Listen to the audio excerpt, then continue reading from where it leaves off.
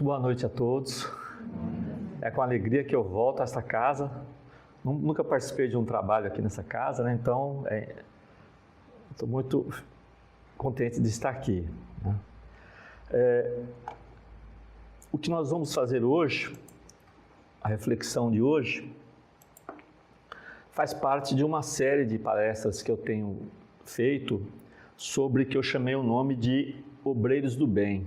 O que seria isso? São os pioneiros da doutrina espírita que desenvolveram um trabalho muito assim sacrificante, com muita dificuldade, os que iniciaram realmente, né, não só em Portugal como no Brasil, a doutrina espírita.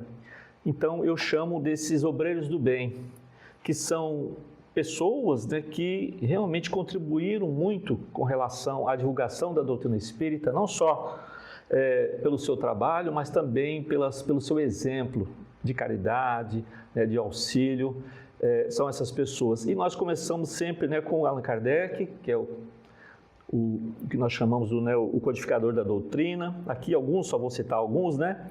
Vocês estão vendo aí que está aparecendo, tá, né? Leon Denis, né? O próximo aqui também acho que vocês devem conhecer, né? Antônio Gonçalves da Silva, que é mais conhecido como Batuíra, que é um português que foi para o Brasil criança, e fez um trabalho fantástico lá no Brasil, né? Esse outro, Augusto Elias da Silva, ele fez parte do grupo que fundou a Federação Espírita Brasileira. Ele foi para lá, era um fotógrafo português, e também ele foi o fundador da revista O Reformador da Federação Espírita Brasileira, que até hoje essa revista é publicada normalmente lá no Brasil, tá? Aí tem a Anália Franco, né, o Carbar Schutel, Bezerra de Menezes. Aqui nós temos o Eurípides Barçanufo, Memei. Jerônimo Ribeiro é outro português também que foi para o Brasil, tá certo? Trabalhou inclusive com a Anália Franco, né? Um exemplo também de dedicação, tá? E hoje nós vamos falar desse médium português, Fernando de Lacerda. É muito interessante a história dele, também foi para o Brasil, né? Desenvolveu, já trabalhou como médium aqui em Portugal, mas foi para o Brasil, né? Então nós vamos ver o que a vida de Fernando de Lacerda pode nos ensinar, não é? Então tá, ele nasceu em 1865 e desencarnou em 1918, né? Então eu gostaria, só a título de curiosidade, que levantasse a mão alguém que já leu alguma coisa sobre Fernando de Lacerda. Além do Jaime, mais alguém? É normal isso, viu? Poucas pessoas, né, conhecem exatamente Fernando de Lacerda, né? Um médium importante português, né? Então nós vamos... uma das obras que eu cito, o meu notebook... isso aí, só... Aqui, obrigado. Uma das obras de referência desse trabalho é Uma História Luso-Brasileira, que está ali, bem, que é editado pela Federação Espírita Portuguesa, e o autor é Paulo Mourinha. Ele escreve exatamente sobre isso, né? Os espíritas que têm uma relação, não é isso, com o Brasil, tá certo?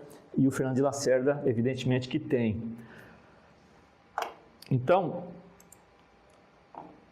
o nome completo é Fernando Augusto de Lacerda e Melo, nasceu em Loures, próximo a Lisboa, em 6 de agosto de 1865. E aos 13 anos de idade, ele foi para Lisboa morar com um tio que era abastado, que era dono de uma fábrica. E lá ficou até os 19 anos. Aí seria mais ou menos um exemplo como seria Lisboa nessa época, na época que o Fernando de Lacerda ali vivia. Essa imagem do século XIX, né? Então, o Fernando de Lacerda, jovem, com um grupo de pessoas, ele era simpatizante do Partido Republicano. Ele foi atraído pelos jovens para participar lá dos encontros que eles fizeram e tal, mas ele percebeu que a maioria daqueles jovens daquela época eram muito interesseiros, eles se reuniam para falar mal um dos outros, não é isso? E ele percebeu também que eram aproveitadores e ele simplesmente desencantou com a política, né, e abandonou esse grupo lá que tinha desses simpatizantes, as pessoas que realmente se reuniam para discutir a questão política da República, né? Então ele realmente já cancelou ali, já não quis saber mais de política, né? Foi decepcionante para ele esse encontro com esses jovens da época, tá bem? E em 1884 ele retornou a Loures para auxiliar seu pai, que tinha ficado viúvo, né? Havia ficado viúvo, e ele tinha irmãos ainda para serem criados, tá bem? E em 1887, junto com alguns jovens da época, ele fundou a Associação de Bombeiros, né, Voluntários de Loures, e ele tornou-se o seu primeiro comandante. É isso?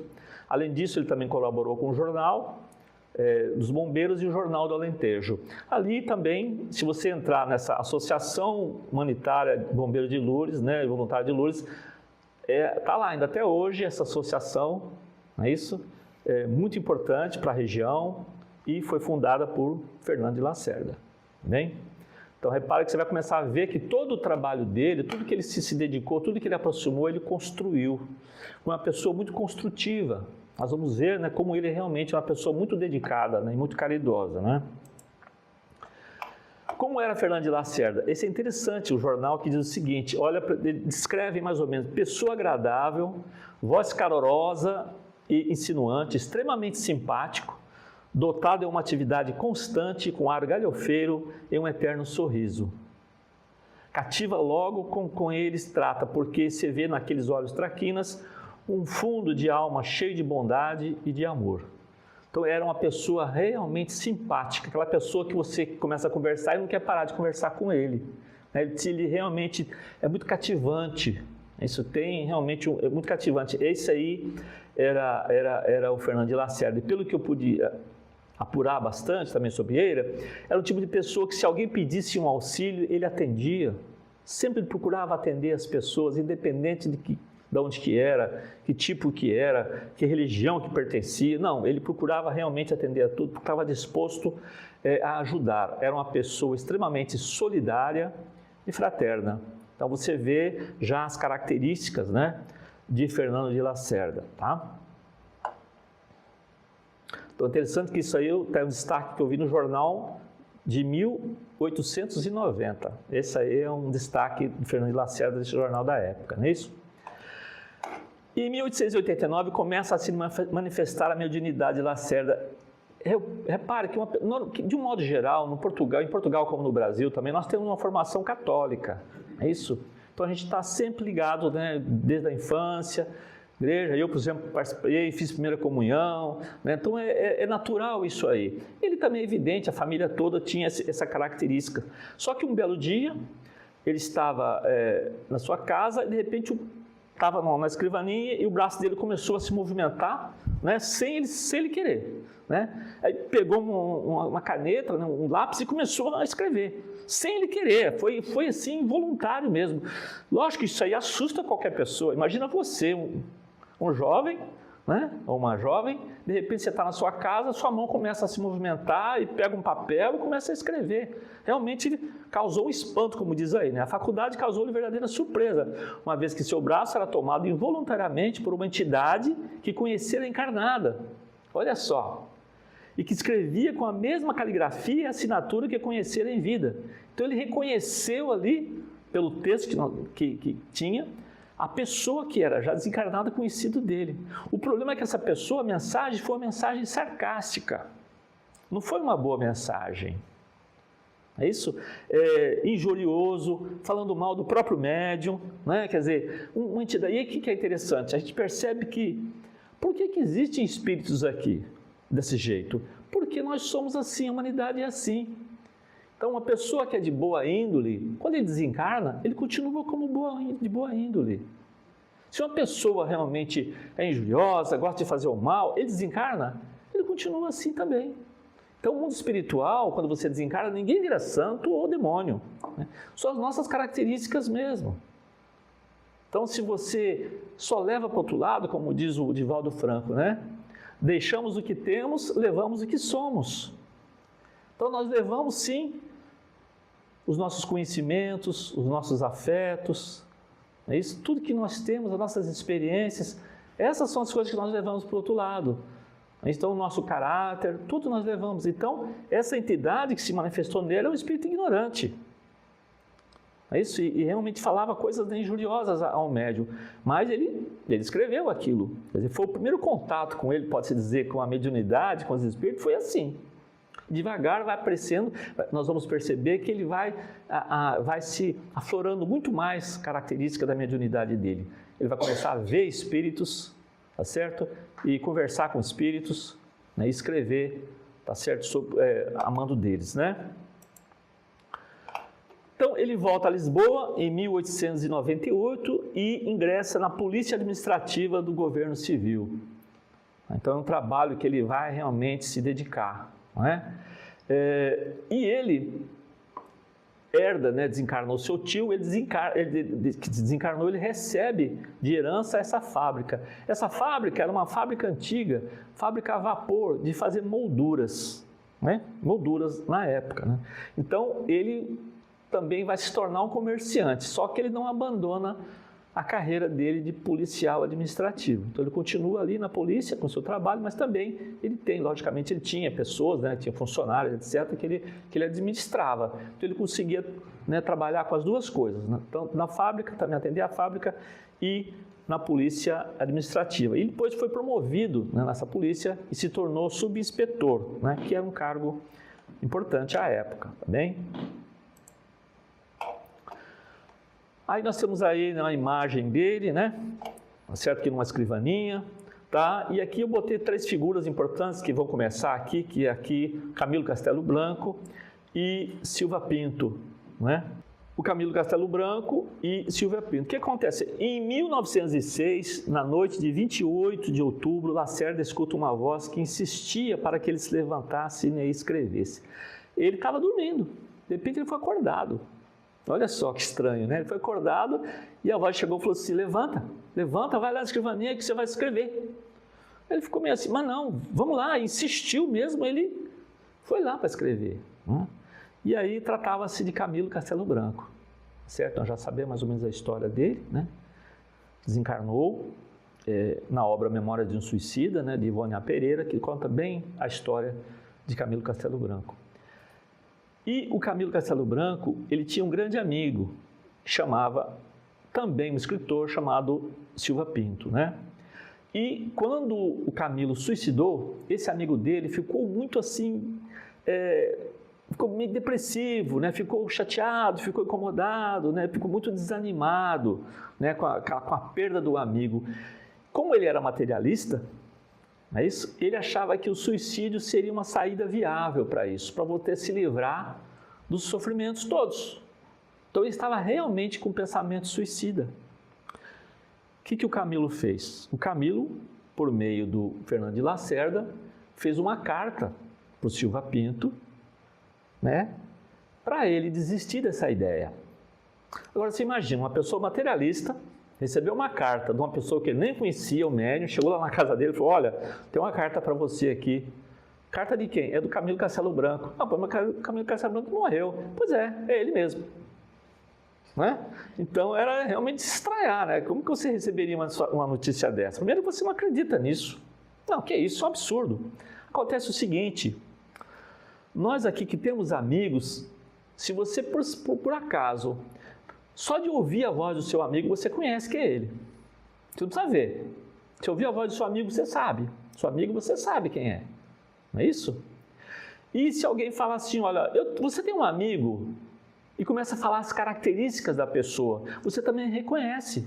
Ah, ele é assim, uma pessoa trabalha em tal lugar, não sei o quê, ele gosta muito de esporte, você começa você se identifica. Então, o que aconteceu? Quando o Silva Pinto começou a ler a carta, ele identificou o amigo. Ele identificou o amigo, sim. E o que o Camilo chega para ele, né? Diz para ele, meu amigo, eu já passei por isso. Esse não é um caminho bom. A vida não termina no túmulo. A vida continua do outro lado. Tá certo? E essa carta está no primeiro livro, que ele fez 4 livros, né, o Fernando de Lacerda, chamado Do País da Luz, e está no primeiro livro. É uma carta muito longa, né, não vou aqui ler, mas se alguém tiver interesse, tá certo? Lá tem todas. E ele convenceu o amigo, ele foi dissuadido, né, realmente de cometer o suicídio. Agora você vê a importância de uma mediunidade quando ela é bem direcionada, você tirou uma pessoa do suicídio. É a mesma coisa do Chico Xavier. Quantas mães foram consoladas das cartas dos seus filhos encarnados? O filho falando: mãe, eu estou vivo, eu visito a senhora. Né? Então, a importância da mediunidade nesse caso, tá bem? E depois, é interessante que esse próprio espírito, né, de Silva Pinto, quando morreu com a morte natural, ele escreve também por meio de Fernando de Lacerda, também cartas, que também estão nos seus livros. Vai ver a importância, né, que teve o Fernando de Lacerda com relação a esse caso, né, com o escritor Silva Pinto, não é isso? Então, olha só, o Fernando de Lacerda foi um médium com diversos tipos de mediunidade, clareaudiência, vidência e cura, mas foi por meio da psicografia mecânica que ele se destacou. Então, a clareaudiência é aquele fenômeno que se ouve sons que ocorrem fora do alcance do ouvido da pessoa. A pessoa simplesmente ouve, não tem ninguém na sala, ele ouve alguém falando à distância. Não é? E psicografia mecânica, que é muito rara, que é essa aí que ele falou, de alguém toma a sua mão e escreve. Ele era tinha tanta possibilidade dele com relação a essa mediunidade, que era comum uma pessoa chegar na casa dele, começar a conversar com ele, e ele pegar a caneta, começar a escrever e continuar conversando com a pessoa. Ele nem sabia o que estava escrevendo. Depois que a pessoa saía, ele pegava a carta e ele ia ler quem que era a pessoa que escreveu. Então, esse é um tipo de mediunidade mecânica. Nós sabemos que tem outros tipos de mediunidade, né? Mais consciente, a pessoa ouve o espírito, escreve. Aquele que recebe a intuição da espiritualidade, escreve. No caso do Fernando de Lacerda, ele ouvia o espírito também, ele via o espírito, mas também tinha essa psicografia mecânica. E também o que ele fazia é uma psicografia especular. O que é? Ele escreve como se fosse, você para ler tem que botar na frente do espelho. A escrita é o contrário, tá? Para você ler tem que botar no espelho, aí você lê a carta. Então essa é uma psicografia também que não é muito comum, bem? A psicografia especular, né? De espelho, né? Isso ele fazia, tá bem? Então ele tinha muitas capacidades, inclusive de cura. Ele tinha um magnetismo muito forte, muito interessante. Sabe? Nós vamos ver mais adiante o que ele fez com essa capacidade dele, né? Saiu, tá ainda? Tá? Tá. O magnetismo que ele tinha, o seu domínio espiritual sobre os delinquentes, ele era polícia, ele era um policial. Ele chegava lá nas celas, tinha um preso que estava brigando, estava irritado, nervoso, ele chegava, começava a conversar, a pessoa acalmava, ficava tranquilo, né? Ele tinha essa capacidade de realmente harmonizar o lugar, tá? É um tipo de magnetismo pessoal dele, né? E aí eu destaquei uma coisa interessante. Alguém já viu falar de Albano Beirão, em Portugal? O homem macaco português? Eu também fiquei estranhado quando achei estranho esse caso, não é? O que era esse caso? Está ali a foto, né? Albano Beirão, nasceu em 1884 e desencarnou em 1976. Desde os 7 anos, ele é da freguesia de Aveloso, distrito de Guarda, tá? Onde que ele vivia. Aos 7 anos de idade, de repente, ele começou a agir como se fosse um animal. Ele saía correndo de 4, sabe? Dava gritos terríveis, subia em muros, subia em telhado, né? E assustava as pessoas. E bebia muita água. Então, as pessoas da cidade que estavam acostumadas com ele já sabiam quem era, né? O Albaninho, todo mundo conhecia o Albaninho. E ele foi crescendo, chegou na adolescência e continuou. E de repente parava aquilo. Para nós hoje, entendemos que é um tipo de obsessão. É um tipo de obsessão.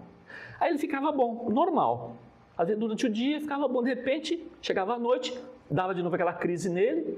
Ninguém conseguia segurar o rapaz. A força que ele tinha era tremenda, né? Em Lisboa, ele subia nos monumentos, subiu na Torre dos Clérigos. Olha só que absurdo, tem foto, né? E até acho que um bombeiro tentou lá tirar ele de lá, inclusive o bombeiro acabou morrendo. E ele desceu normalmente de lá, não se machucava, nunca fez mal a ninguém, nunca feriu ninguém. Só que ele tinha um comportamento muito estranho, né? E acontece o seguinte, lá em Lisboa, quando ele estava lá às vezes, né, nessa corrida dele, ele encontrava o Fernando de Lacerda. Ele viu o Fernando de Lacerda daquele jeito, com aquela crise. Quando ele viu o Fernando de Lacerda, ele ia em direção dele, baixava a cabeça, chegava perto dele, ficava quietinho ali. Ele botava a mão na cabeça dele, parava. Tá? É importante isso aí, a gente saber esse detalhe. Isso aí está tudo documentado. As pessoas achavam estranho aquilo. Como é que esse homem conseguia, né? Ninguém conseguia parar o Albano, e o Fernando de Lacerda só botando a mão na cabeça dele, ele ficava tranquilo. Esse Albano foi levado para o hospital, inclusive fora de Portugal, nunca se descobriu o que ele tinha, pela medicina tradicional. Aos 50 anos ele parou, nunca mais teve nada, ele desencarnou bastante idoso, tá? Mas nunca mais teve nada.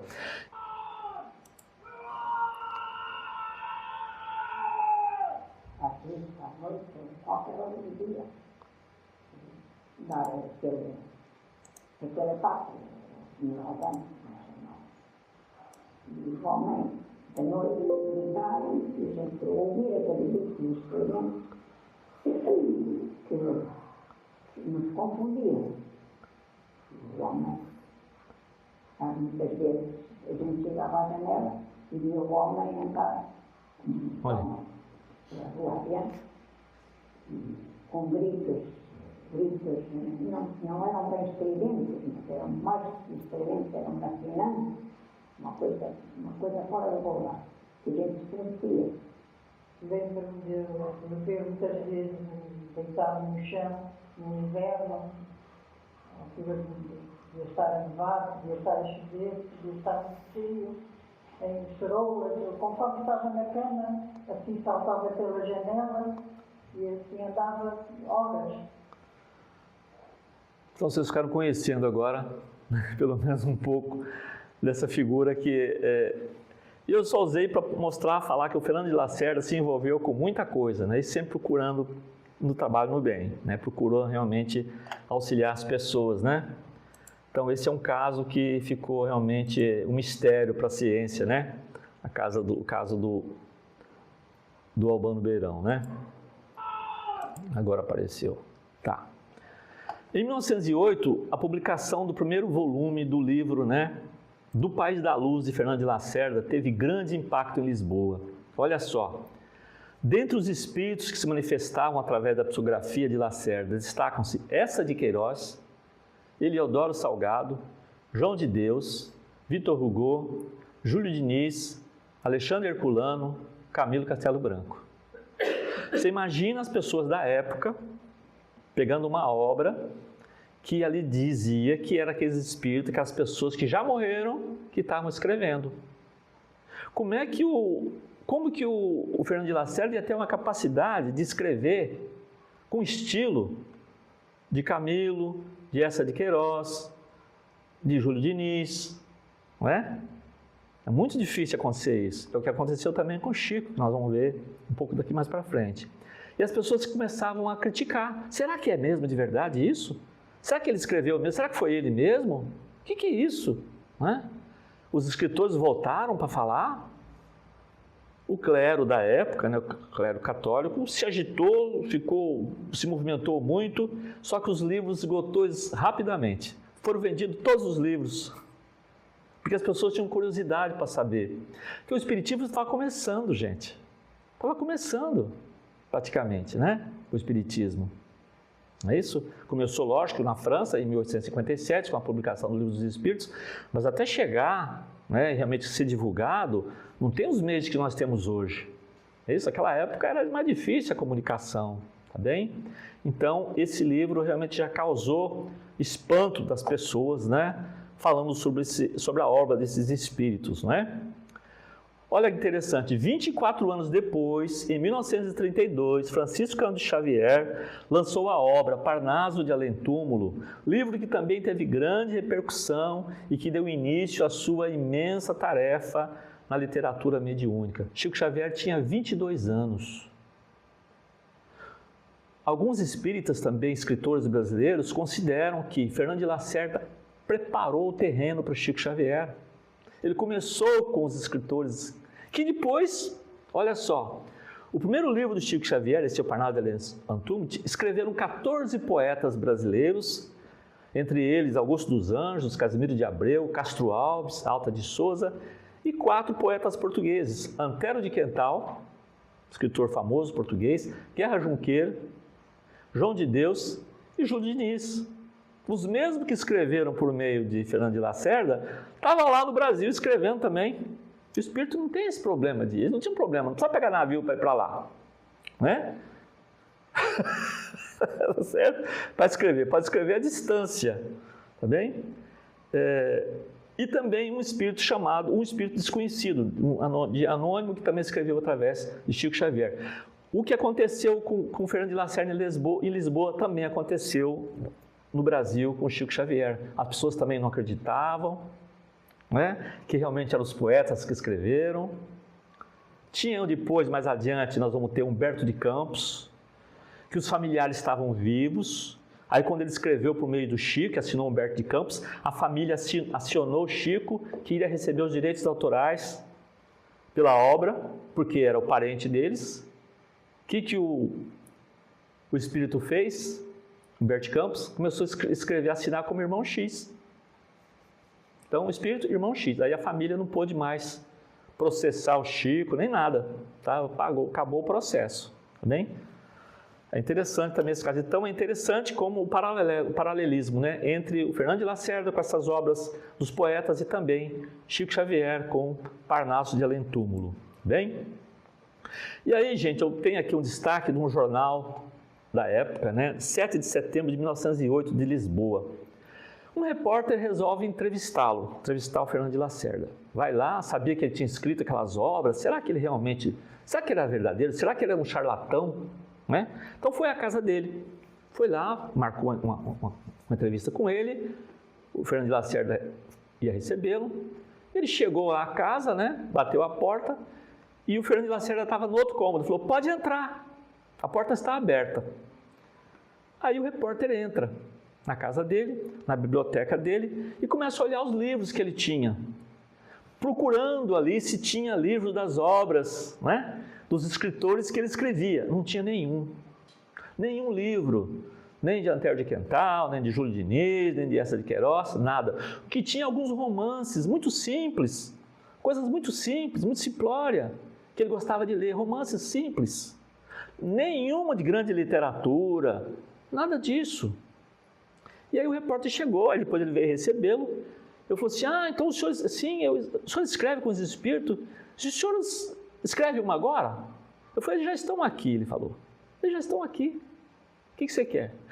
Eu queria que você falasse sobre política, né? Sobre política. Alguém que escrevesse sobre política. Bom, ele pegou o papel, começou a escrever e continuou conversando com o repórter. Ele começou. Aí ele leu para ele. Você pode escrever outro? O que você quer? Dava o assunto e ele escrevia. Então saiu essa reportagem. Agora, pelo que eu li no jornal, né, que foi publicado, eu li o jornal, a reportagem inteira do jornal, que está à disposição na internet, você acha? O repórter, no fim, assinado J.S. Eu não descobri o nome dele, só tem as iniciais do nome dele. No fim, ele não fala, ele não dá opinião se o Lacerda era um charlatão ou é verdadeiro. Ele simplesmente mostrou o caso, para nós ficou na mesma, né? Mas nós sabemos que ele era verdadeiro. Não tem como ser, não tem como realmente ali. Muito difícil uma característica dessa. A mesma maneira com o Chico, não tem jeito você escrever em diversos estilos. A título de curiosidade, no Brasil existe trabalho de dissertação de mestrado, tese de doutorado, comparando os escritores brasileiros com as psicografia de Chico Xavier, para ver se realmente bate. E bate o estilo.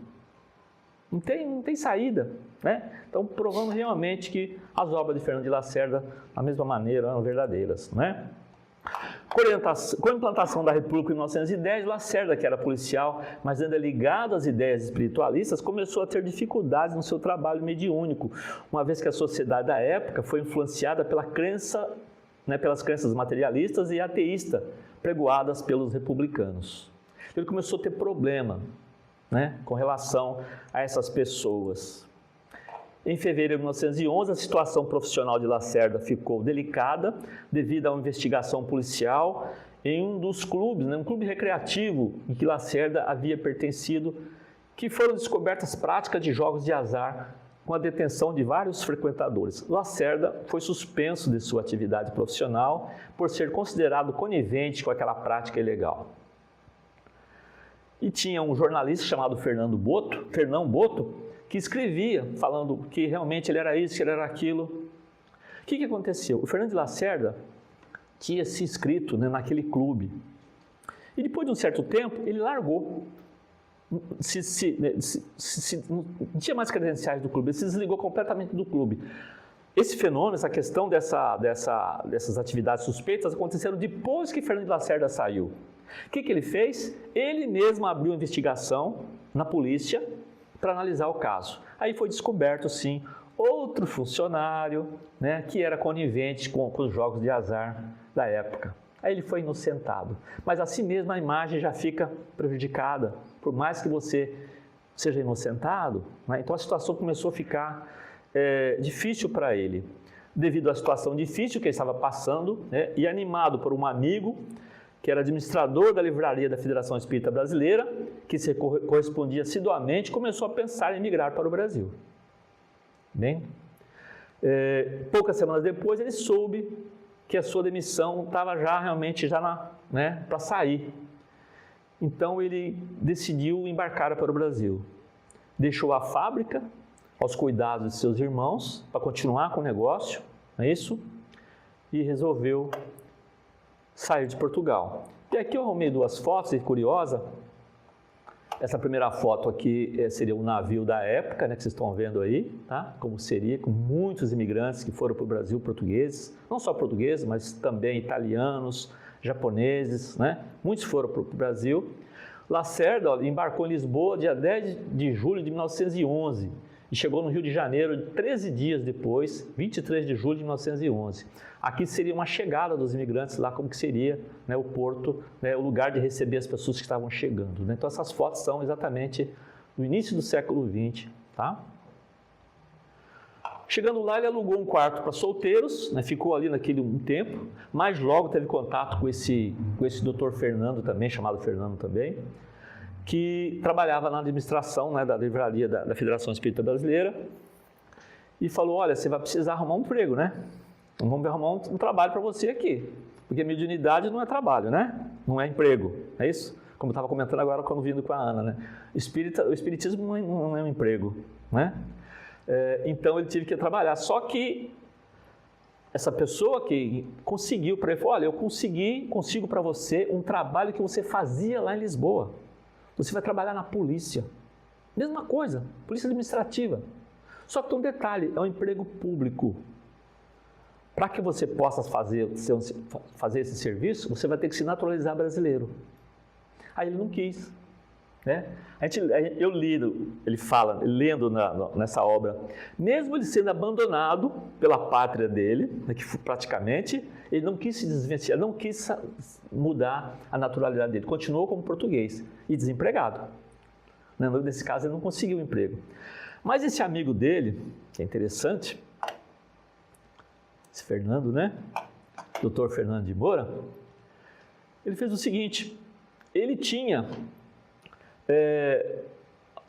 alguns prédios, Fernando Moura, tinha alguns prédios que iam ser demolidos, estavam inscritos na demolição pela prefeitura, tá? Só que essas coisas demoram muito.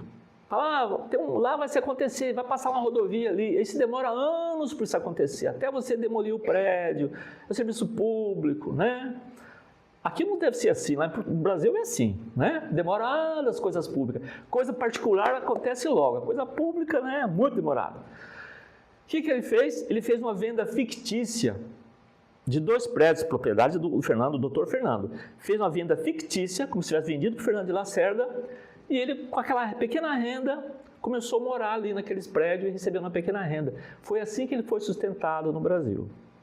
Só que não ficou parado, ocioso. Ele se ligou à Federação Espírita Brasileira, tá bem? Começou a trabalhar ativamente das reuniões, fazia todo um trabalho na parte mediúnica. Os escritores portugueses daqui já estavam lá, né? Então a sua obra mediúnica continuou com os poetas, mesma coisa. Ele continuou com o trabalho dele, tá bem? Mas agora ele já tinha pelo menos como viver ali na cidade do Rio de Janeiro no início do século, não é? Então, olha, Fernando de Lacerda recebeu via mediúnica uma série de 4 livros, tá bem? Eu tinha falado do primeiro, mas 4, editados em língua portuguesa com o título do País da Luz. Muitos espíritos de grandes vultos da literatura, de política e de religião se comunicaram por seu intermédio, podendo se destacar. Não foram só os escritores, olha só os nomes aí, além dos escritores, Essa de Queiroz, Camilo Castelo Branco, Eliodoro Salgado, Alexandre Herculano, João de Deus, Antônio Vieira, Bertollet, Victor Hugo, Napoleão, César Cantu, Latino Coelho, Leão XIII, Bartolomeu dos Mártires, Teresa d'Ávila escreveu por ele. Allan Kardec escreveu por ele, Emile Zola, Pedro Alcântara, Arthur de Azevedo e Visconde de Ouro Preto. Bem, então repare como era a mediunidade dele de escrita, não é? Ele ainda sonhava em voltar a Portugal, né? Não para viver, pois o seu Portugal já não existia. Olha aí, que bom, né? Então tá aqui, o Jaime nos trouxe, certo? Os 4 livros no País da Luz, do Fernando de Lacerda. Tá vendo? A casa que tem essa obra, né? Muito importante. Hein?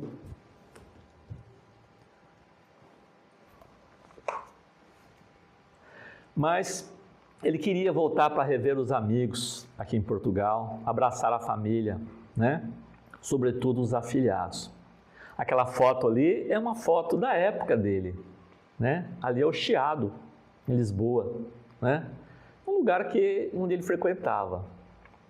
Mas então ele não tinha ainda nenhum parente lá. Mas um dos afilhados migrou também para o Rio de Janeiro, por intermédio do mesmo amigo do Fernando de Lacerda, né, o Dr. Fernando de Moura, ligado à Federação Espírita Brasileira, e começou a trabalhar numa companhia de seguros.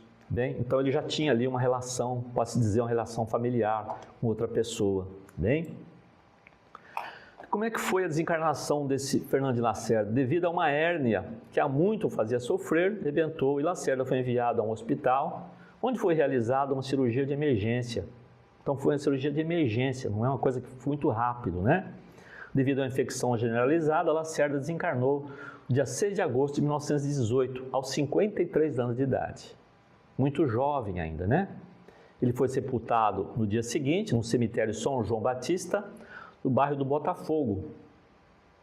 Só que em 1939, tá? O seu corpo foi trasladado, os seus restos foram trasladados, você vê depois de quanto tempo, né? De 1918 a 1939, já foram muitos anos, né? E foram para o cemitério com o mesmo nome, né? Alto de São João, em Lisboa, né? O mesmo São João que tinha, né? Lá no Rio de Janeiro, o cemitério São João Batista, e em Lisboa, Alto de São João, em Lisboa, tá? E é interessante que quando ele estava para desencarnar já, ele estava escrevendo, já estava concluindo o 4º livro dele, do País da Luz. E não tinha feito ainda o prefácio do livro. Na sua desencarnação, um amigo pegou, né, os originais e publicou o 4º livro, ia publicar o 4º livro já, do País da Luz, de Fernando de Lacerda, só que, uma coisa também inédita, Fernando de Lacerda, desencarnado, escreveu o prefácio do livro, o 4º livro dele. Quantos que você já ouviu falar disso, né? O livro dele estava sem prefácio, quer dizer, ele desencarnado, por meio de outro médium, fez. Então, o quarto livro dele, o prefácio, é feito pelo Fernando de Lacerda, espírito, já desencarnado. Tá bem? E aí, em 1951, foi publicado o livro psicografado por Chico Xavier, com o título Falando à Terra, com mensagens de diversos espíritos, entre eles, Fernando de Lacerda. Olha só que interessante, peguei um trechinho aqui. O trecho que Fernando de Lacerda escreveu chama Voltando.